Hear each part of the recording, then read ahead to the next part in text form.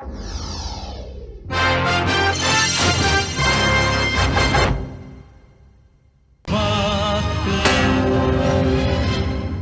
की रफ्तार। जिस आदमी का सब कुछ छीन लिया गया हो और वो उसके बारे में कुछ न करे, उसको मैं मर्द मानने से इनकार करता हूं। चीखो मत। चीखने से कुछ हासिल नहीं होता। पिछली बार जब तुम घर गए थे तो तुम कुछ भी हासिल नहीं कर पाए थे। तुम्हें वहां जाकर क्या कहना है, क्या करना है और तुम्हारा क्या मकसद है, ये सब मैं तुम्हें समझाऊंगी। क्या मकसद है? तुम पहले अपना इरादा मजबूत कर लो, फिर मैं तुम्हें समझाऊंगी कि विजय राज से तुम्हें क्या हासिल करना है।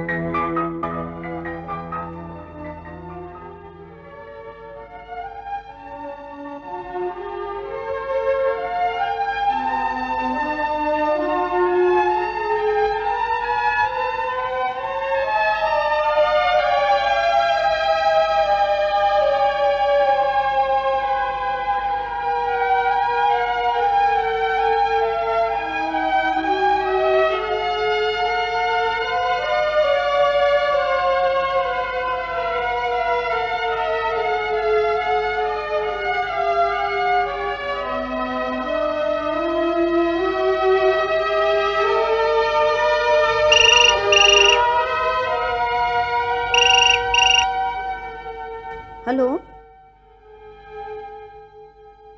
जी, मल्होत्रा जी। हाँ पापा हैं। किस सिलसिले में आपको बात करनी थी? मंथन के केस के बारे में?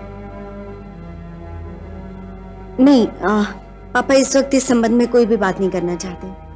हाँ जी, आप कल उन्हें ऑफिस में ही फोन कर लें। विजय,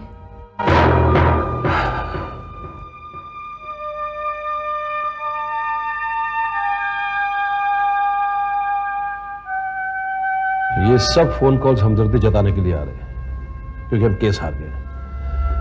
तंग आ गए मैं से फोन कॉल से। हाँ विजय, ये केस हारने से बड़ा नुकसान हुआ है, सारे समाज का नुकसान हुआ है।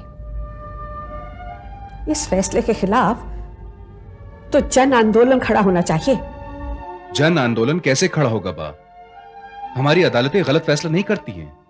हम अपनी न्याय संस्थाओं को कैसे चैलेंज कर सकते हैं? केस जैसे उनके सामने पुटअप किया गया है वैसा ही फैसला होगा। हाँ पर योगेश, हमारे साथ इनजस्टिस हुई है, हम क्या चुपचाप सह लेंगे? नहीं डैड, हम अपनी न्याय संस्थाओं की इज्जत करते हुए अपने साथ हुए अन्याय के खिलाफ अपील करेंगे। ये बात सही है, हमें सुप्रीम कोर्ट में जाना चाहिए क्योंकि अब ये लड़ाई प्रजासत्ताक और डीन सोनी के साथ नहीं है। अब ये लड़ाई सोसाइटी और सोसाइटी के करप्ट लोगों के साथ है। हाँ विजय, हमें सुप्रीम कोर्ट जाना ही पड़ेगा, सिर्फ प्रजासत्ताक के लिए नहीं, पूरे समाज के लिए। पापा, हम इस केस को एक सामाजिक लड़ाई और जन आंदोलन का रूप देंगे। एक ऐसा आंदोलन छिड़ जाएगा जिससे डॉक्टर सोहनी जैसे लोग या तो डरकर भाग जाएंगे या फिर समाज की शरण में आ जाएंगे।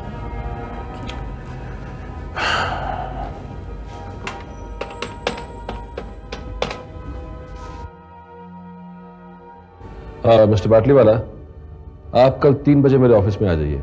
हम लोग सुप्रीम कोर्ट में अपील कर रहे हैं।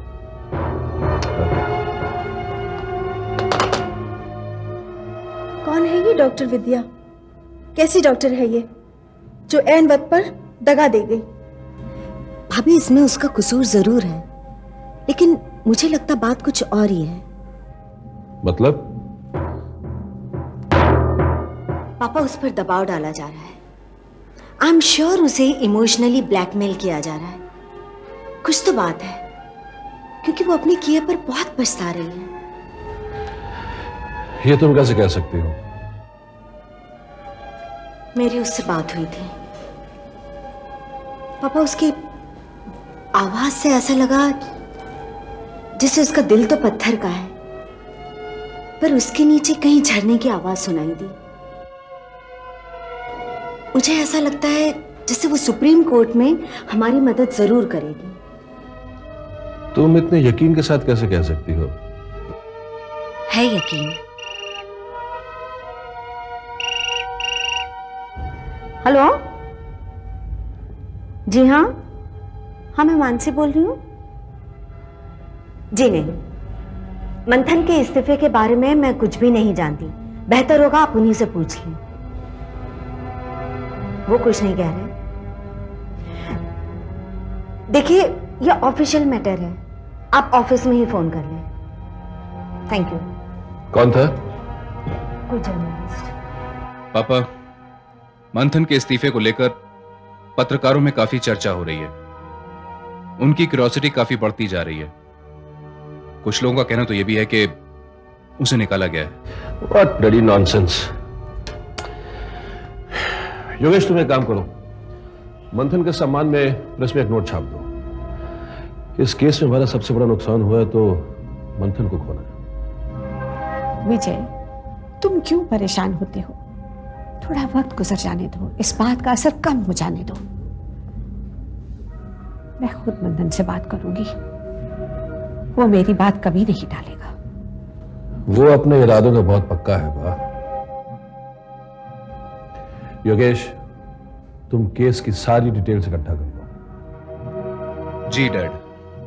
मानसी, तुमने सारी डिटेल्स की फाइल तैयार कर ली है ना? हाँ, वो मेरे पास है। तुम 2 दिनों से ऑफिस में क्यों नहीं आ रही हो? बस यूं ही। बस यूं ही मतलब? तुम्हारी तबीयत तो ठीक है? जी पापा, बस मन नहीं लग रहा है। क्या बात है मानसी, क्या हुआ तुम्हें? कुछ नहीं, बस यूं ही। देखो, ये नर्वस छोड़ो और कल से ऑफिस जाओ। जी। Come on Mansi, cheer up. ऐसे दिल से नहीं लगाते। अरे भाई, हमारी हार जरूर हुई है, लेकिन यह हमारी जीत की बुनियाद है। तुम देख लेना, सुप्रीम कोर्ट में जीत हमारी होगी।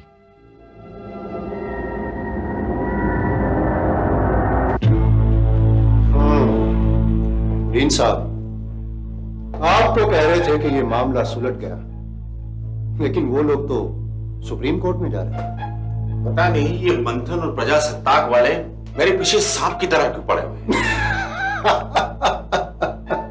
अजी हुजूर, इस सांप की पूंछ पर पांव भी तो आप ही ने रखा था ना। देखो, मेरे जानबूझकर उन्हें कोई दुख नहीं पहुंचा है। मैं तो अपना काम कर रहा था। अब कोई सारा बवाल अपने सर पे उठा ले तो मैं क्या करूं? मैं उनके रास्ते पर नहीं गया था, मेरे रास्ते के बीच में वो आए हैं। देखिए जनाब, अगर आप अकेले ही सारी मलाई खाने की कोशिश करेंगे तो नतीजा यही निकलेगा। राजनीति का पहला असूल यही है डीन साहब कि मिल बांट कर खाओ, नीचे से लेकर ऊपर तक सबको खुश रखो। लेकिन ये तो खाने बिकने को तैयार ही नहीं है। पता नहीं कैसे पागल लोग हैं ये।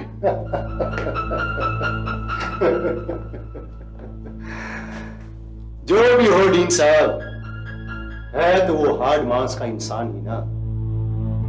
हर कोई बिकता है, वो भी बिकेगा। सिर्फ सोचना ये है कि उसकी कीमत क्या होगी। मंथन कोई आसमान से नहीं गिरा है, ना ही जमीन में से निकला है।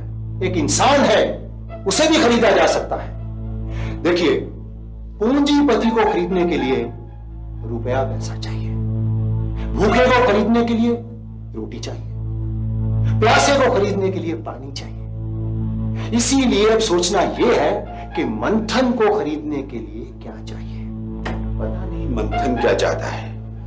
अच्छा खासा मामला निपट गया था, अब सुप्रीम कोर्ट तक जाएंगे। My foot. ये फुट से बात नहीं चलेगी। मामले को सुप्रीम कोर्ट जाने से रोकना ही होगा।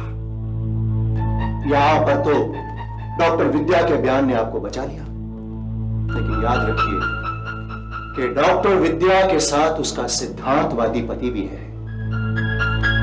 उनके घर में इस मामले की वजह से टेंशन चल रही है, और इस टेंशन से या तो डॉक्टर विद्या का घर टूट जाएगा या फिर सुप्रीम कोर्ट में जाकर वो अपना बयान बदलेगी। अगर उसने सुप्रीम कोर्ट में जाकर अपना बयान बदल लिया तो आपकी खैर नहीं है। इसलिए जनाब, इस मामले को सुप्रीम कोर्ट में जाने से रोकिए। ना रहेगा बांस ना बजेगी बांसुरी। अपनी ईगो को छोड़िए, मंथन के घर जाइए और पता लगाइए कि क्या चाहता है ये मंथन महादेवी पंडित।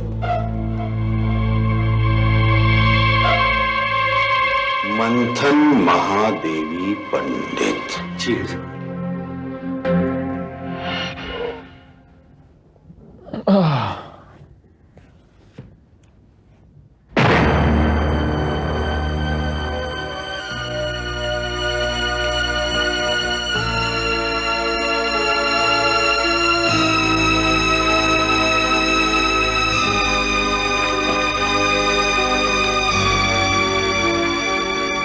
सच्चाई की जीत, प्रजासत्ताक की हार।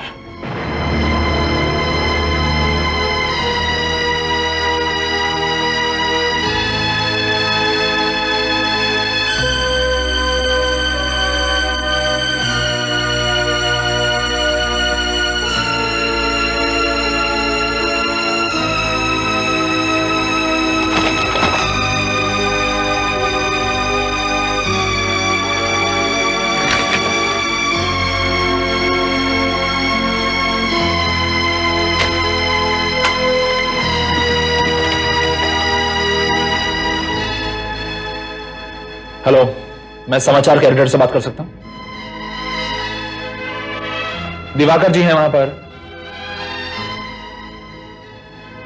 उन्हें कहिएगा कि मंथन महादेवी पंडित का फोन आया था।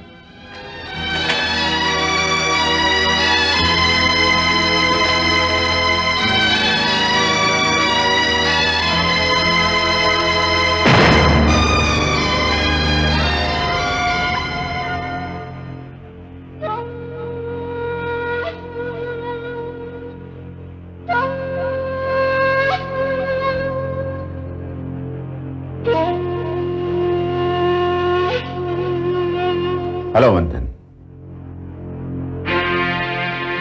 मुझे तो तुम पहचान ही गए होंगे। मैं डॉक्टर सोनी। आप यहां किस लिए आए हैं?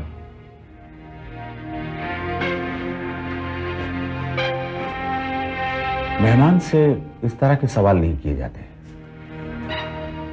घर आए मेहमान को आने से पहले यह सोच लेना चाहिए कि वो जिस घर में बिन बुलाए जा रहा है उस घर में उसे मेहमान का सम्मान मिलेगा भी या नहीं।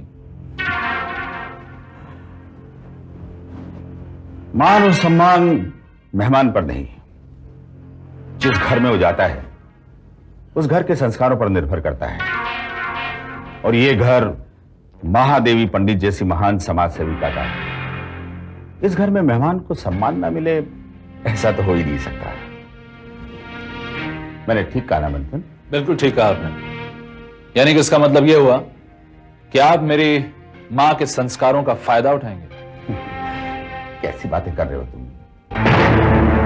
डॉक्टर सोनी, मेरी मां बहुत शरीफ है और मैं यह भी मानता हूं कि यह घर उनके संस्कारों की बंदिशें मानता है।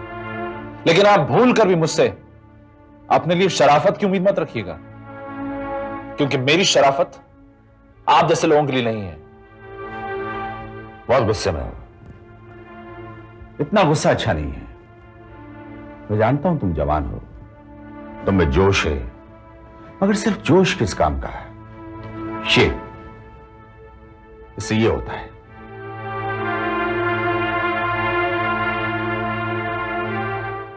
मंथन महादेवी पंडित जो प्रजासत्ताक के सीनियर रिपोर्टर हैं, इनके गैर जिम्मेदाराना और बचकाना स्टेटमेंट की वजह से प्रजासत्ताक बदनामी के घेरे में आ गया। डॉक्टर पर लांछन लगाने का मतलब भी जो नहीं जानता, उसे पत्रकार कहलाने का कोई अधिकार नहीं है। आज इसने सारे पत्रकारों का सर शर्म से झुका दिया है। मंथन महादेवी पंडित शोहरत के पीछे इतने पागल थे कि उन्होंने निराश होकर अपने पद से इस्तीफा दे दिया। बस डॉक्टर सोनी, मुझे पढ़ना आता है। फिर तो तुम सब समझ गए होंगे। पागल है ये सब लिखने वाले। मैंने जो कोर्ट में स्टेटमेंट दिया था उसे गलत समझ लिया, और वो जो पत्रकार वालों की मैंने बात कही थी वो उन्होंने पर्सनल ले ली। वो बात तो मैंने प्रजासत्ताक के लिए कही थी, ये लोग ये भी नहीं जानते कि ये क्या लिख रहे हैं। ईश्वर इन्हें माफ करे।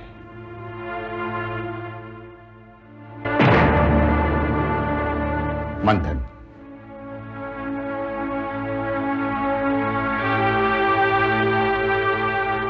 तुम्हारी तड़प मैंने देखी है, तुम्हारा विश्वास, सच्चाई के लिए जान छिड़कना मैंने देखा है।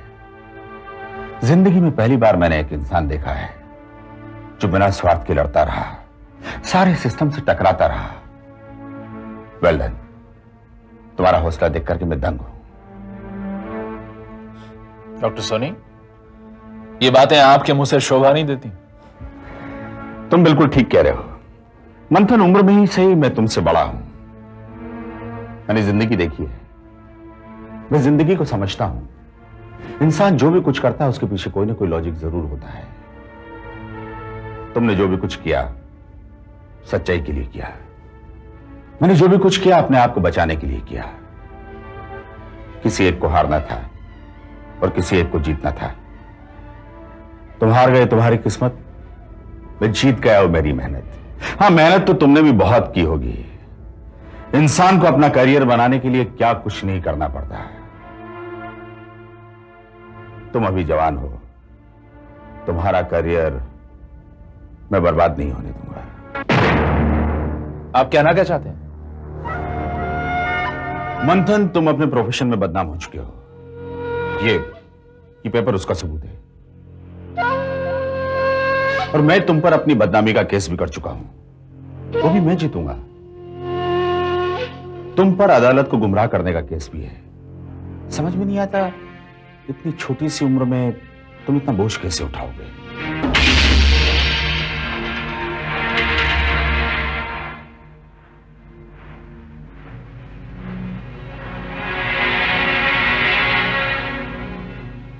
आप तो बिल्कुल ठीक कह रहे हैं। अब आप ही बताइए ना, मुझे क्या करना चाहिए? ये हुई ना बात। मंथन, भूल जाओ जो भी कुछ हुआ था, अपने करियर पर ध्यान दो। मैं सारे केसेस वापस ले लेता हूं। सच? हाँ हाँ। तुम प्रजासत्ताक को सुप्रीम कोर्ट में जाने से रोक लो, सारी बातें खत्म हो जाएंगी। डीन साहब, अब एक मिनट। अब मैं डीन नहीं रहा, अब डीन तुम्हारी दोस्त विद्या आचार्य है। ओह हाँ, सॉरी डॉक्टर। ये अच्छा है, नाइस। ये प्रपोजल बहुत अच्छा है। मैं अक्सर अच्छी बात ही करता हूं। लेकिन डॉक्टर, आपको ऐसा नहीं लगता कि आपने थोड़ी गलती कर दी? मतलब डॉक्टर ना होके आपको दलाल होना चाहिए था। दलाल जो सौदे करता है, खरीदता है, बेचता है। आप किस हद तक गिर चुके हैं डॉक्टर कि अपने आप को बचाने के लिए आपने अपनी जमीर तक को बेच दिया। मंथन,